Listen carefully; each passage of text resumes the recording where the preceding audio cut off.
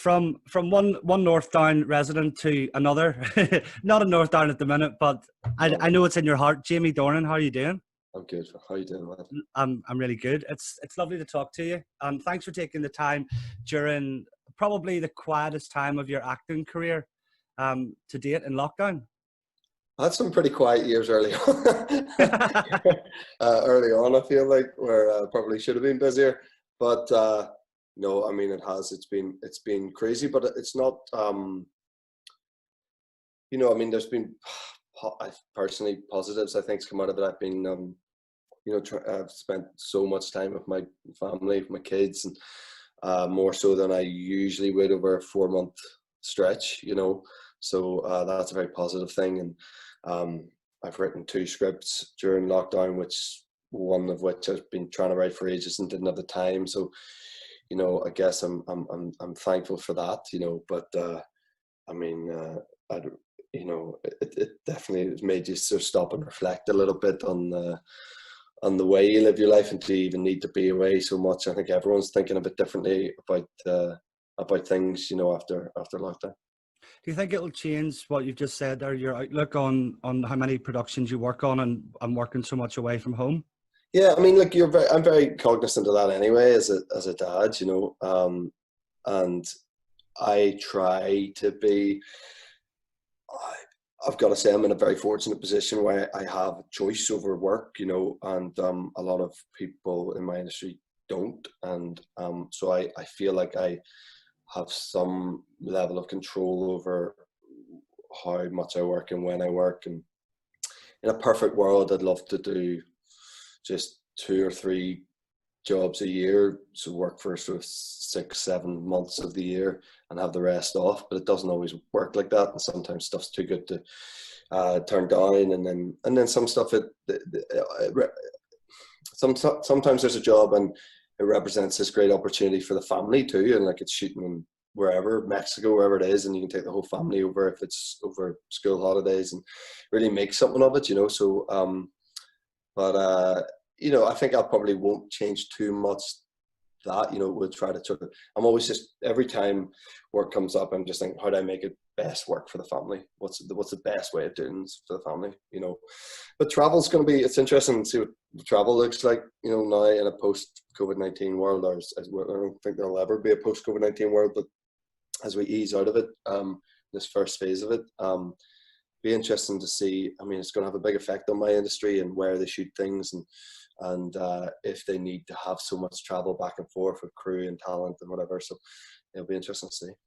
Will it change your outlook when it comes to the projects that you might work on? Because a lot of the ones that you've done before have been very sort of close to another person, or the scenes of it with 50 Shades, or when you're killing someone in the fall. Is that going to change your outlook on what projects you accept and what ones you don't accept? No, because I think, you know, there'll be so many protocols in place that, you know, if you're going to work, it'll be a safe space, you know, and everything will be done to make sure that it feels comfortable with the environment they find themselves working in, you know. So I wouldn't be too worried about that. And like, there's no way of telling stories without, you know, close proximity and you know, and all human stories usually revolve around, you know, very close connections with people, and often masses of people. So I just don't think there's going to be any way around it, but I just think they will put everything in place to make sure it's safe, you know. If there was a movie to come on the back of this in a couple of years' time, would that be something you'd be interested in ever playing a role in? It's hard to say, mate, to be honest. Like, it's you know, I don't know. I mean, I think a couple of movies that we banged out already. Like, there's like, I think like it's about 2 weeks into lockdown, like there's some COVID-19 movie all set in a lift or something, you know, that someone had done like on a sort of micro budget.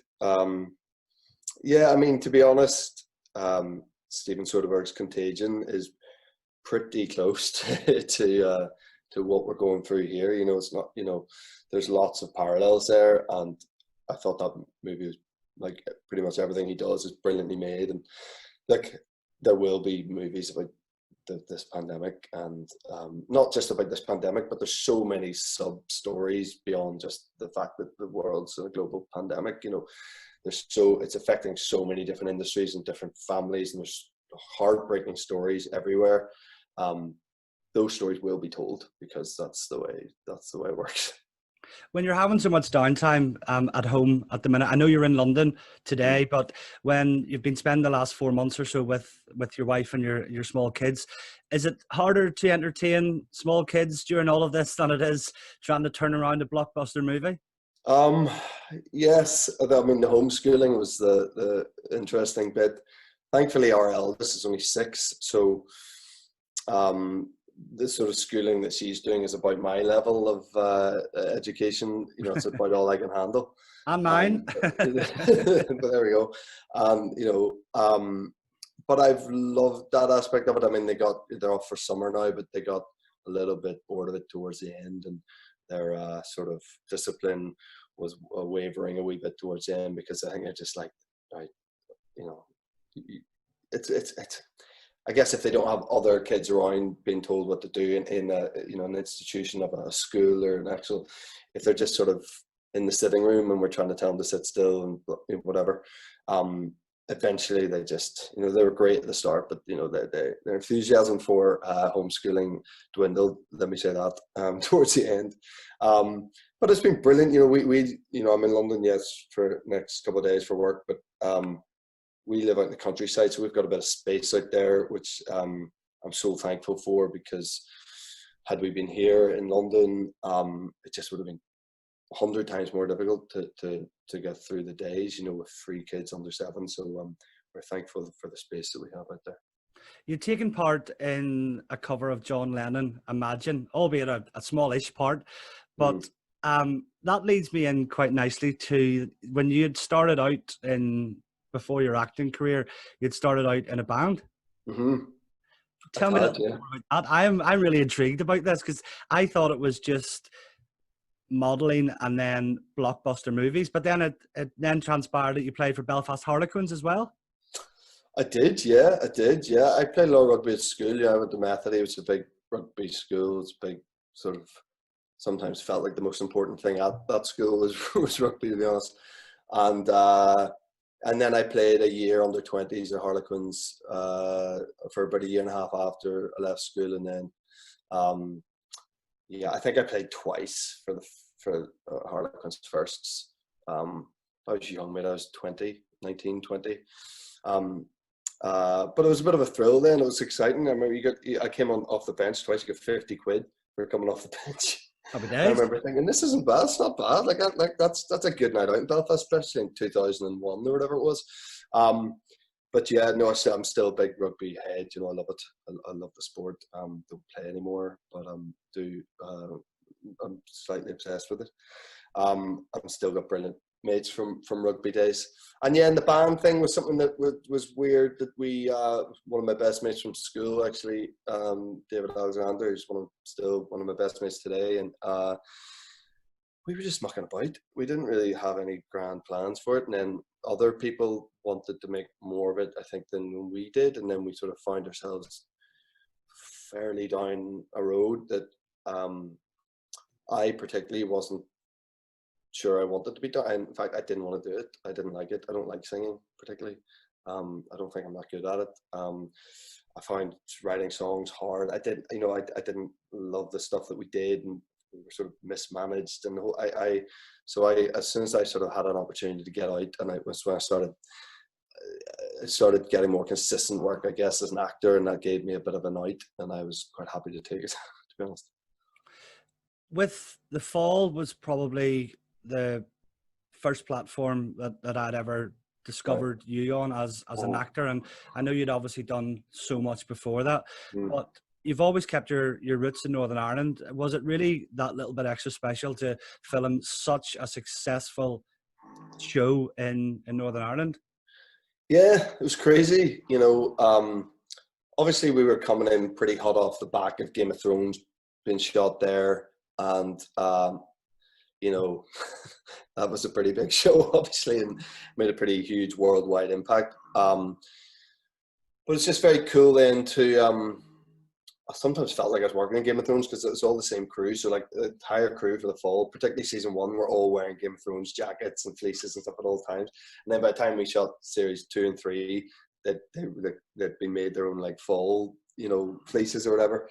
But there's a lot of crew who are obviously really skilled, brilliant at their jobs, who just hadn't had that opportunity to work on stuff of that scale before. And then Game of Thrones comes along, becomes the biggest show in the world. And then, off the back of that, we slipped in with the fall. And whereas Game of Thrones is brilliant that it's shot in Belfast, it's not about Belfast, it's not about people from Belfast. No one's got accents from Belfast. And then we come in with this little BBC Two show that is very much about Belfast, and didn't have Game of Thrones success, but that's once in a decade type stuff. But it was obviously a big hit, and did great things for a lot of us involved in it. And yeah, I was just very proud of that. That I was able to do this show, that I was able to speak the way I speak, not really act the way I act because I'm not really like him in real life, thankfully. But to shoot something at home was a total blessing, and we got to do 3 series of it. It was nearly 5 years of my life going back and forth to there. And anytime I shoot anywhere in Ireland, I did a job in County Mayo there before Christmas, and slightly biasedly think that Irish people are the best people in the world. And I just love being around Irish crew. I do. I love being around people who sound the same as you and understand you, and you don't have to sort of repeat yourself and all this and get your jokes. And it's a great thing when you're filming. Not having to explain what like a pasty supper or a battered sausage supper is. Exactly. Yeah, during takes. Exactly. You've kept a lot of your love for Northern Ireland in not only working here, but being a patron for NIPAC. Tell me a little bit more about that, because that's not just being a patron of a charity, because it's raising awareness for cancer research, but it affects you personally. And you've been the patron for around 2 years now, since 2018 with your dad. Exactly right. Yeah, 2 years. Yeah, I think it was August of 2018. Yeah, I've done. I was a patron of a charity before in Northern Ireland called Tiny Life, which my dad had started and was president of for like 20 odd years. And then when that came to an end, I sort of wanted to put my name into something that had a more personal, impact on my life. And NIPAC was exactly that. It's raising awareness for pancreatic cancer in Northern Ireland and beyond. And I lost my mother when I was 16 to pancreatic cancer, and it is one of those cancers, sadly, that is very hard to treat. But if it's getting better, and with the likes of NIPAC and other associated charities trying to raise more awareness and catch it earlier, and it gives you some more hope. But the death rate with it is unacceptably high. And I mean, over 250 people in Northern Ireland alone die from pancreatic cancer every year. It's a pretty big number when you consider how few people live in that country. So I'm all for trying to raise awareness for it and do my bit to spread the knowledge of it, because it's one of the cancers that isn't talked about that much. Do you know what I mean? But it's one of the deadliest. So. Do you think with your profile it'll help spread that awareness with potential things that you can do in the future, and not only because of your high profile, but because it means so much to you? You're gonna make sure that, I don't know if the word success is the right phrase, but you'll make sure that you can raise as much awareness as you possibly could. Because reading up on a lot of the stuff that you'd said about it, you'd mentioned a quote along the lines of, in everything you have, there's hope. Mm-hmm. And I think that's paramount when it comes to something so sincere as this. And that's huge. And we all sort of need hope. And whether you're religious or not, I'm not, but a lot of people are, and they have a lot of faith, and I think hope's just another sort of version of that. And you without it, we're not in great shape, my hope is that we can, raise as much awareness as possible, and sort of trigger people into understanding this illness more, and because the effects of it are devastating. So whatever I can do to help that and spread the word, I will do it. COVID-19 hasn't been ideal for that. Any sort of fundraising that NIPANC had planned has sort of had to be cancelled or postponed. And listen, it's the same. Charities are really struggling as a result of this pandemic. So they struggle anyway. Small charities struggle, anyway. So this has been a bit of a nightmare for all of them. So I think it puts more impetus on when things get back up to normal again, trying to put more energy into it and try to raise awareness even more than you were before, because they're sort of catching up to do. I think it says a lot about you as a human, not only as Jamie Dornan, but that you've made time available for something like this, because a lot of people in your position don't have that time. I know we're in lockdown at the moment, but I guess things for the charity can only get better. In the space of 2 years, you've raised a lot of awareness, but when things start to get back to normal, there's opportunity to do more things to raise awareness across Northern Ireland and maybe the rest of the UK as well. Yeah, absolutely. And that's, where I just hope that I can help a wee bit, and I'm try to come up with ideas myself, or put heads together and kind of come up with ways of making money, and being able to put money into research and trying to catch this disease earlier, and there's unique ways of doing that. There's fun ways of doing that. There's great ways of doing that online anyway. And I think, NIPANC have been doing that and trying to make as much money given the circumstances that we're in, but definitely if you can have some big fundraising events where I can show my face and hopefully maybe even talk a couple other well-known people into turning up and doing, helping raise awareness, and it's only a good thing. So we'll work on trying to make that happen now. Must be lovely that your dad's involved with you as well as a patron. Yeah, absolutely. We he lost his wife, I lost my mum, so we're families, my dad, so we are very much in it together. We've shared our grief together. It's losing mum was something that has had unimaginable effect on my family, so to be able to sort of stand side by side with dad and be proud of the fact that we're helping raise the profile of people knowing about this illness, and it's sort of a lovely thing. I mean, it's a bittersweet thing considering the circumstances that bring us to this point, but it's still a nice thing to be able to do with my dad. Yeah. You must enjoy seeing the people at the charity and those obviously with the condition, be it on a video call or when you go to see them. And does it change your outlook on life and realize that you're making a bit of a difference to someone who's in a sort of worse off position? Yeah, I mean, I guess a bit. I mean, if you're ever speaking to people who are affected by something like pancreatic cancer, there's not one part of me, and I hope there's not one part of me at any point thinks that I'm in any sort of a different position by the fact that some people know me because I play dress up for a living. At the end of the day, I'm someone who was affected massively by this illness, and if I'm talking to someone else who's been affected massively, we're the same. We're one and the same. We're both.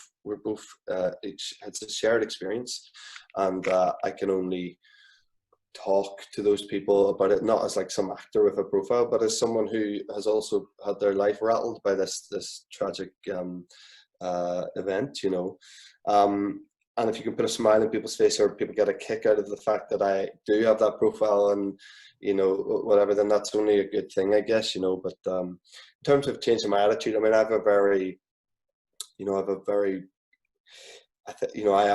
because I lost my mum young, and I had experienced some other tragedy early on in my life when I was a teenager, I feel like I don't need anything else to tell me that, like, we're only passing through, and you've got to grab it by the scruff of the neck and have a good run with it, and make the most of it, and try to achieve everything you want to achieve, and have loads of fun along the way, because we're just passing through, and like I try to pass that on to my kids now too, and make the most of every day if you can, as best as you can, hurl yourself at the world, because we only get one shot at this.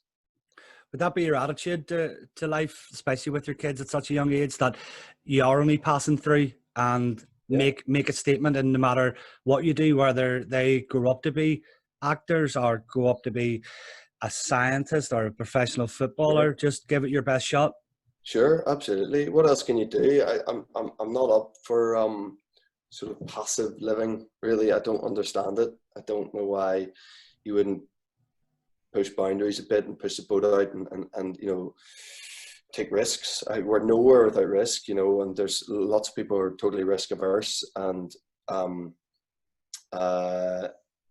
you very rarely get risk averse people who do very well in life, and I'm not saying I'm someone who's done better. I've done all right, but you get people who are like the CEOs of companies, like whatever, big business people, or just hugely successful people in any realm of life. They've taken massive risks, and you just have to do it. And sometimes those risks, you don't want to take them at a time. You're sort of forced into taking them because you didn't get into uni to do this course, and then you have to try something. There's so many origins that lead us to taking those risks, but we're nothing without them. I mean, I just think if you just stay in the middle lane your whole life, I don't know, me personally, I wouldn't be a very satisfied person, and I've always thought that I've wanted to sort of push myself beyond whatever lane I've found myself in. I've always sort of been intrigued in the outside lane there, because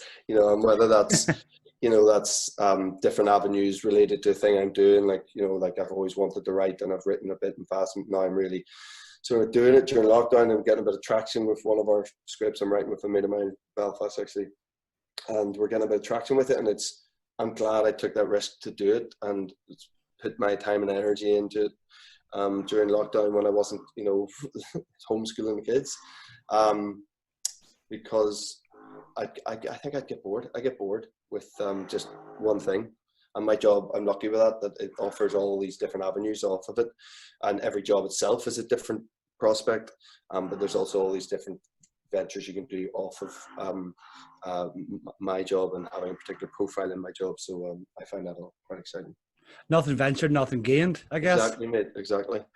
It must be class working with, your mate, because you've said that you were in the band with your mates in Belfast, and you played rugby, and you're still in touch with them, and now you're writing scripts for potential content for movies or whatever it may be, and it just shows you how much of a sort of, as far as you are away from Northern Ireland now, that you're still a bit of a homebird, that you don't forget there's a bit of a talented friend, let's do something together, where maybe you could have done something with, I don't know, Steven Spielberg, for argument's sake. Right.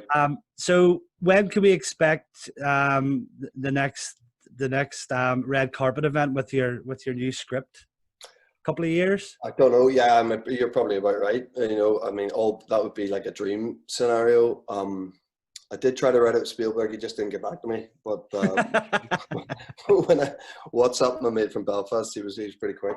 Yeah, it's funny. Yeah, we're fine. I mean, I was literally sitting downstairs in my kitchen now, because we're tidying up like our third draft of it. And you do get a bit ahead of yourself and talk about you start casting it in your head and talking about this, talking about locations of where you're shooting. It's all set in Belfast, and but the reality of that is, listen, I know this all too well. It takes a long time to get movies put together, and sometimes a very quick turnaround. And actually, it's been strange in lockdown. There's been stuff that usually stuff's on your radar for a wee bit before, but now with the way things are going in certain countries, you're not allowed to shoot there, and it hasn't opened up yet, and they won't insure you here, and whatever, tax break here. Some movies have been turned around pretty quick, so we just want to make sure we have it right, have the script down to something that we're very proud of before we start taking it out. But we've got a little bit of a plan, but 2 years would be kind of brilliant, because it's all set there, I'm sure we'll probably have a Belfast premiere. That'd be quite fun, actually. QFT Yeah, or that'd be something. nice, wouldn't it? Yeah. I was just thinking about how you moved away at such a young age to London and then lived in America, and you pretty much or acted on, as you would say, dressed up Yep. on all the biggest stages. Do you ever think it'll come to a time when sort of role reverse will happen and there'll be more big shows happening in Belfast, and you could find yourself living in the countryside in England and coming home to work instead of leaving Northern Ireland for bigger projects? That would be a lovely thing, you know. And I just think when I left Belfast nearly 20 years ago, I felt like that. It felt to me at that time that you sort of had to do that, maybe to get more of a footing in the industry. Whereas now it's probably has changed a bit. You know, you probably that, you know, as a result of some of the big shows that shoot there now, they've built this whole other big studio there now, and so there's going to be more and more big American productions there. And you can live there rightly now, you know, and probably work there all the time. You know, there's lots of actors. I've worked with a million actors who do live in Belfast and consistently work there at home, which is a cool thing, you know. So in another 20 years, it could be even more that way, you know. And not even Belfast and Dublin. There's big plans that have just been greenlit for big new studio down there, just outside Dublin towards Wicklow. So I think in Ireland in general, I think there's going to be a huge amount of productions, you know, in the future, which is a brilliant thing. Obviously, you know, the Americans love coming over. Yeah, I know. They absolutely love all things Ireland, North and South. They love it. They love it so much. You could swap your English countryside for maybe a bit of Crawfordsburn or maybe a bit of back to Hollywood. Most of my family live in Crawfordsburn. That would be quite handy. Yeah, I mean, you know, we talk about having a place back home quite a lot, you know, but we've sort of set our family up here now, you know, and the girls, you know, our kids, they sort of, they know they're like half Irish, like it's a thing, we make it a thing, you know, they know that, and they're proud of it and they tell everybody, and it's sweet, and important to me, I have to say. But we get home so much with them, and my dad has a place in Connemara that we go to every year, and then they go back and we're in staying in Crawfordsburn and sometimes see my sister and stuff. So they get a lot of the culture anyway, which is a good thing, you know. So but yeah, maybe one day, maybe when the kids are all grown up, we'll move and get a little farm somewhere by the sea. You could ship them off to university, and you could come back with your wife. Exactly, yeah, that'd be great. For the quiet life. Yeah. Just when we're talking about being from Northern Ireland, what would be your proudest not moment, but your proudest thing to say that, you know, this is my home and it'll always be my home no matter live away or not? I mean, for me, it's just the people, you know, and I have the same group of mates that I've had for, you know, I've had them for over 20 years, 25 years, you know, some of them for 34 years, some of them I was in P1 with them, you know. And I just think that's I think that's quite unique, you know, for people who move away, and they move away from a place that they grew up because they think there's more opportunity somewhere else, and then they kind of detach themselves from the place they came from. And I just haven't been able to do that. I can't shake my mates. I can't get rid of them. I've just had Stop texting me. Honestly, just like, you know, and we're as close today as we ever have been, and I just think that's a brilliant thing. So I just think I'm always just drawn to that, and I'm going to be constantly, you know, I'm going to, like, I constantly have a reminder of home, even if I'm nowhere near home, because all my mates from home are now, I mean, a load of them are London based anyway. And so I feel like in many ways I've never moved, because I've also worked there so much over the last, you know, 5 or 6 years as well. So, yeah, I just, the people from home make me proud. You know, everyone's been through so much just by proxy of being from there. Everyone's been through something. Everyone's got a story to tell, and you know, I think that's what makes people so unique there. it's probably a good thing as well that you can, send a WhatsApp or give one of your mates a ring when you're having, sort of one of those days when you're just going to get an honest answer from them. They're Oh probably going yeah, to tell you the same. slightly too honest. I think most of the time, I mean, as you know, like our currency is putting each other down. That's kind of how all. It's like we're brutal with each other. Yeah. That's a good thing. That's a good thing. I think because it all comes from a place of love, and I'm constantly if I'm ever with like Americans or something, and I've invited some of my mates from home along to like a premiere or something of a movie of mine, and they'll be with like my American agents or something, and like they can just about take it with me saying stuff, and then they've got this, this group going like just being brutal, and they sometimes just don't understand it, and the sarcasm is lost on them, and I'm constantly having to go, oh no, he means that with love, like that he's actually really been nice. I know he just did that, but that's constantly trying to defend our humor. But I think it's necessary in my game to be brought down a peg or two often. I don't think it's a bad thing when I'm having conversations with the guys on the phone or WhatsApps or we're in person and someone would overhear us. They'd be like, "Do these guys like each other?" I know. Exactly. That's the way it is. I know, but I wouldn't have it any other way. I wanted to nip back to you at a bit of an earlier age. I'm not sure if you remember this, but one of my really good friends, his mum, a lady called Jill Owens from Hollywood, I believe was your, I'm going to get this right, either Cub teacher or Cub leader. Right. I'm Oh, not sure wow, if you okay. remember. Okay. Yes, at Second Hollywood. That was my the Cubs I went to, Second Hollywood in the Church Road. Yeah. We all had what was it? They had like Jungle Book names. I have no idea. Yeah, you never did. No, it was mad. I have no idea. I did Scouts, but I never did Cubs. Right. Okay. Yes. And we only, I did. Oh, right. Do you not mean the other way around? You did Cubs, so you didn't do Scouts. I did the older one. Oh, right. Oh, right. Interesting. Right. Okay. Yeah, No, I did because the younger one.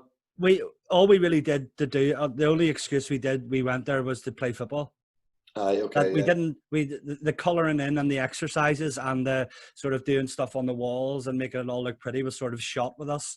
So we Did you just not went get to any play football. badges? I got what was it called? The Toggle.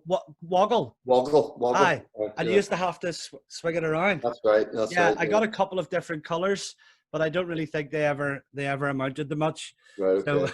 So No, I didn't have a glittering Cub career. I remember going to Cub camp, and the first time I ever punched someone in the face. oh, It's charming. yeah, it's not a great story, but when I think back, he deserved it. But yeah, that's my memory of Cub camp. Moving on. Yep. I just was I just don't want any lawyers to be involved here. No, don't worry. When we were talking about football, you're a massive United fan. Yep. And what do you think about the current situation? Sort of blown it a little bit when it comes to top three, but yeah. In the long and the short of it, we're in a better position than we were over the last couple of years. No, absolutely, and I think everyone was guilty of just pre-lockdown of, or let's say a month, around Christmas of going, we might have got it wrong. Solskjaer here might have, pulled the trigger too early with him, and then he's been proving us wrong since that basically, and certainly since we came out of lockdown, and he's very fortunate to get Pogba back and Rashford back fit, and suddenly you're looking at the squad going, this is a squad that can challenge. I agree with Gary Neville. There's still 4 or 5 good signings, big signings needed, but the bones are there, and they haven't been there for any of the squads for David Moyes, for Van Gaal, for Mourinho. I don't think those squads were there, and it's I think that those guys got a lot of critique for stuff that was a little bit out of their hands. I think a little bit, but whether you like the football or they're playing or not, but I think now somehow we've built this squad that looks like it's got a good mix of youth and experience, and yeah, hopefully we can start to get back to some sort of glory years. It would be nice, wouldn't it? Yeah. When you'd been talking about being a patron with your dad. I wanted to mention Marcus Rashford and the impact that he's had. That must have been something that really rang home with you, with your charity work and his charity work, albeit in different circumstances. But Sure. you must be blown away by what he done at such a young age. Yeah, that's the thing, particularly his age. I was nowhere near sort of eloquent as that, or as aware as that, or yeah, I don't know. I just wasn't tuned in at that age. I wasn't Marcus Rashford. I hadn't achieved the things that he's achieved at that age when I was that age. But no, all massively impressive. And if you're a United fan, you love Marcus Rashford anyway, and the way he carries himself, and the way he presents himself, and how gracious he is on and off the pitch. So to have managed to get something like that across the line at that level, and at that age is phenomenal. I think the whole world had to, even Liverpool fans, I would say, were pretty impressed with Marcus Rashford for that. Yeah. To be fair to Liverpool, their official Twitter account, they did tweet about him. Did they? I was like, all right, fair enough, lads. Yeah. And I was going to mention the situation with them, but I don't want to, because it's just hurting too much. Yeah. I'm going to end up going to bed after this with a sore head. So we'll skip on, and we will get back to the glory days. Good, because we still got. Let's not forget the FA Cup and the Europa League. True, do you ever get over to Manchester to see a game? I used to. Dad and I actually had season tickets there for about 6 or 7 years, and used to get over every other week. When I was living in London, Dad would fly over from Belfast, and I'd get the train up from London. And then it just became a case of both of us got too busy, and we were just missing too many games. And our tickets were always used. We made sure they were used. Like, we didn't have empty seats, but just wasn't getting there enough. I think the last season we had the ticket, I got there once. I was just traveling around too much. Started having kids, and the priorities changed somewhat. You can't really get away with going up to Manchester every other week. So going to a meeting. Yeah, exactly. Yeah, not going to work. That the meeting just happens to be at 4:45 on a Saturday, or 3 o'clock on a Saturday. Exactly. What's it like for you? And I know you're from the streets of Northern Ireland. You're going to tell it like it is. With you and your profile when you're in London and getting the train up to Manchester, and I mean this in all seriousness, do you have to have somebody with you to make sure that nobody tortures you, or do you just go as you are? And if somebody says, can I have a picture? Yeah, you can have a picture. Or does it get to the really irritating stage? I just want to go and watch a match with my dad. Yeah, it depends, mate, to be honest. Like, depends. I travel by myself all the time, for something like that. Since we've had the season ticket, when we had the season tickets, no one really knew who I was. So I could do that a bit easier. Now, when I've gone up to Manchester, it's been a wee bit trickier, but I've always made sure I've gone with people. My whole thing was, safety in numbers with that sort of thing. Like, if you're going to go to anything, a gig or whatever it is, make sure you're with a big group, so I often, they're not there for protection. I mean, they're there because they're my mates, but I'll often be in a big sort of gang of people, whether it's my wife and other friends of ours, or it's a group of lads, whatever it is. So that way, and it's funny watching them. They can get very protective sometimes. We were up in Donegal we were up to Donegal every year for this golf thing, father-son golf thing we do every year, and I was getting a lot of hassle in this bar, and I just noticed out of the corner of my eye, I was standing there, and noticed my mates just like doing this like wall, and I just heard them go, listen, you're not tonight, okay? No, it's just like sort of bouncing for me, which I thought was very sweet. I didn't ask them to do it, but it was nice of them. That's a term I've never heard before, bouncering. Bouncering, I know. I think I've coined that myself. At least you can always rely on your mates, which is probably why you've got such a strong bond with them. Yeah, exactly. When you'd mentioned about filming and stuff and starting a family, your wife had pretty much had two of your children back to back during filming of 50 Shades. Well, we had the first 3 days before we started filming the first 50 Shades, and then we only had the second nearly 2.5 years later. So we had when I say back to back, I mean that is in like a year or so. Yeah, How did you concentrate working on, I guess, one of the biggest movies of all time, when you've just introduced two small little kids into the world, and that must have made it proper tricky for you. Yeah, it was mad, but like it's mad, putting your shoes on in the morning is mad if you've got two kids. Yeah. It's like, you get up and brushing your hair and brushing your teeth. It's hard to do. It was just a sort of crazy time, but like, I guess going to work, I mean, that's just my job. So, I mean, I just have to be ready for it. And then when I'm not at work and I'm at home, I have to be ready to be a dad too. I mean, I have a pretty good attitude for that sort of stuff. It doesn't take me much to be motivated or to be in the room, or, I'm pretty present.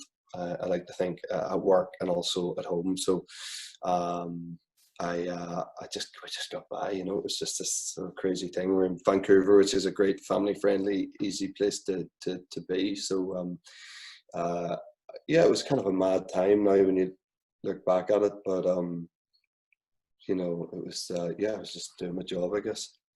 Just playing dress up. Yeah, exactly. Nothing to it, lads. Yeah, exactly. Is the future for you going to be maybe a little bit more off screen now, with you wanted to be more of a script movie writer? Would that be something that you would think that you would do a little bit more of?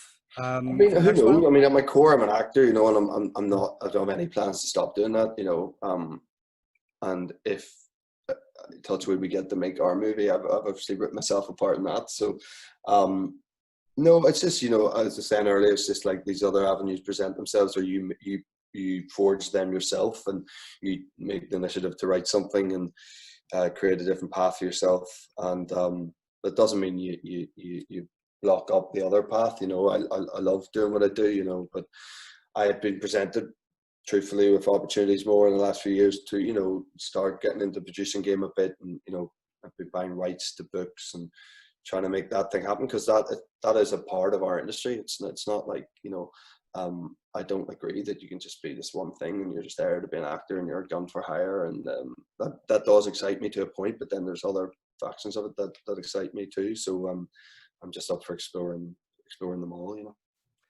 I love that you've worked with so many actors, because you and I are around the same age, and for instance, Gillian Anderson on The Fall, I remember her from X-Files. Yeah, absolutely. Yeah, I'm sure you probably watched the X-Files. And then I did. Yeah, I wasn't one of those mad X-Files fans. I used to remember at school, I sat beside a guy called Connor Gardner in my year, who was just mad for X-Files. Like, and I actually haven't seen Connor Gardner since school, maybe, but I am sure he would have got a kick out of me doing The Fall with her, because he was obsessed with it. I'll put a hashtag out with this. Find Connor. Find Connor, yeah. And then that leads me into one of my favorite series of all time, which is Breaking Bad. And you previously worked with Aaron Paul as well. What was it like working with Aaron?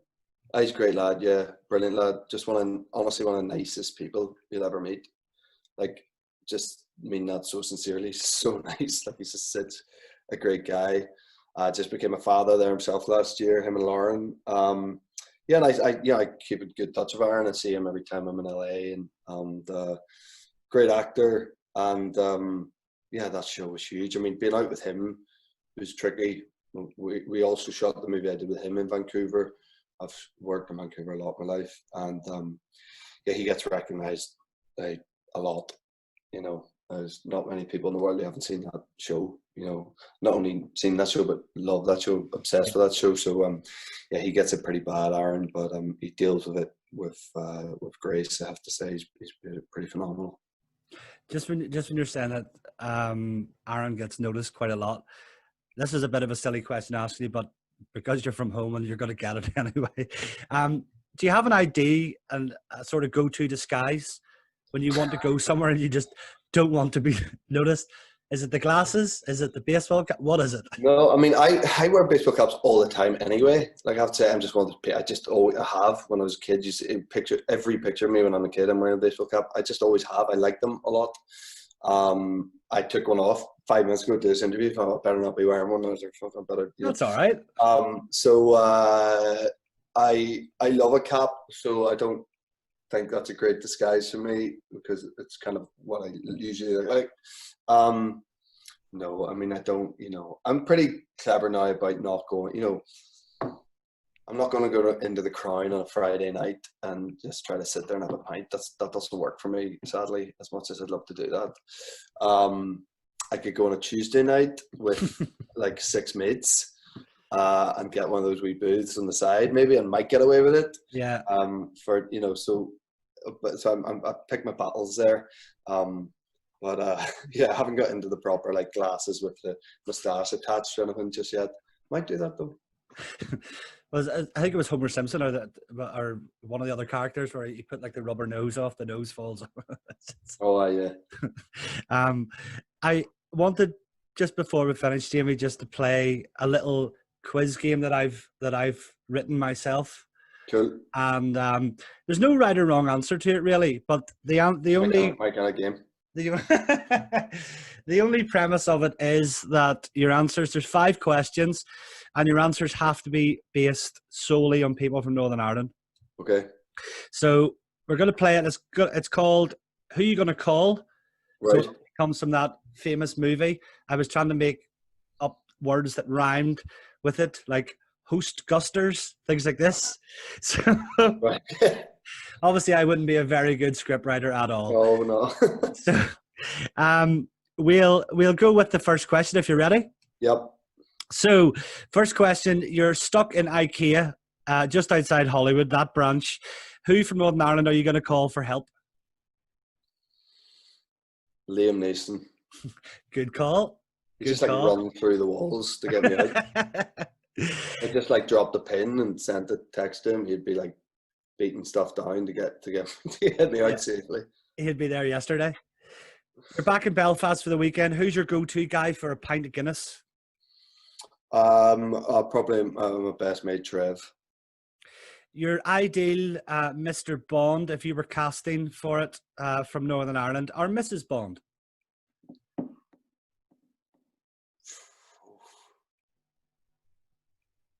That's very tough, isn't it?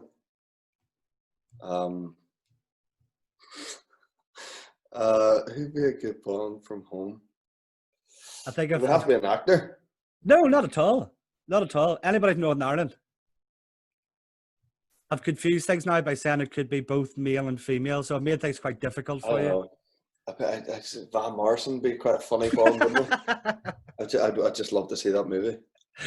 We'll go with Van Morrison. Because you delved into a bit of singing in the past, if you could duet with anybody from Northern Ireland, this sort of maybe takes away your answer from the last question. Yeah. If you could duet with anybody, dead or alive, from Northern Ireland, who would it be? No, it's Van. Sorry, I'm a massive Van fan. Like I can't, if you're from where we're from, he is embedded into your very soul, I think. I have no understanding of people who don't like him if you're from home. So Van Morrison definitely for that one. And the last question, which is there's no real seriousness with this quiz. Right. You win bragging rights, which is about it. I might send you a pen or something along those lines. Yeah, I'll take it. You're on Celebrity Who Wants to Be a Millionaire. Yeah. You're on the £1 million question. Your phone a friend is either Barra Best or Frank Mitchell. Frank Mitchell. He's got more experience. He's got more time in the game. He knows more. You know who he supports, but? Liverpool. No, you're very close. Arsenal. No, other side. Sorry, geographically, I'm very close. No, you're very close to Liverpool if you stick with the blue side of Manchester. Oh no, of Liverpool, Everton. No, sorry, Manchester. He's a City fan. Sorry, yeah. Okay. And got their net. Does he? Why is he Sports City? Because he tortures me. Like, you get WhatsApps from him, right? 1 minute after a game. If City have won, tortured. Yeah. And you see if they lose or if they draw, you never hear from him for weeks. But he comes up with all these excuses. He's been going to see them for years and years and years. So He's never really answered the question. But he hasn't really said a lot for the last 10 years until recently when they started being bought over by billionaires. Yes, right. Okay. Yeah. Jamie, thank you so much for taking part in our quiz. All right, Phil. You did quite well. And altogether, thanks very much for taking the time to have a chat. It was really, really interesting to have a chat with you about the charity and about being patron with your dad and stuff. And we'll put up some links that people can reach out to Right. get involved with the charity and keep an eye on any future events that might be happening in the coming while. And thank you so much. Sounds good. All right, Phil. Thanks a million. Brilliant. I'm going to stop that there, Jamie. Thanks a million, mate. I really appreciate it. And no worries. All good. Enjoy your few days in London. Hopefully you'll get some downtime to yourself as well to relax and yeah, we will. Yeah, my wife's coming up later with the kids as well, so we'll have fun for a couple of days and then. Lovely. All right. Hopefully I'll get to meet you at some stage along the way. But yeah, that'd be nice. I really appreciate you taking the time, Jamie. It means a lot from somebody who's in your position. It's not often that people do that. So thank you very much, mate. Sure, no worries. All good. Lovely. Right, Chat to you soon. Take it easy. Take care, mate. All the best, man. Bye-bye. Bye.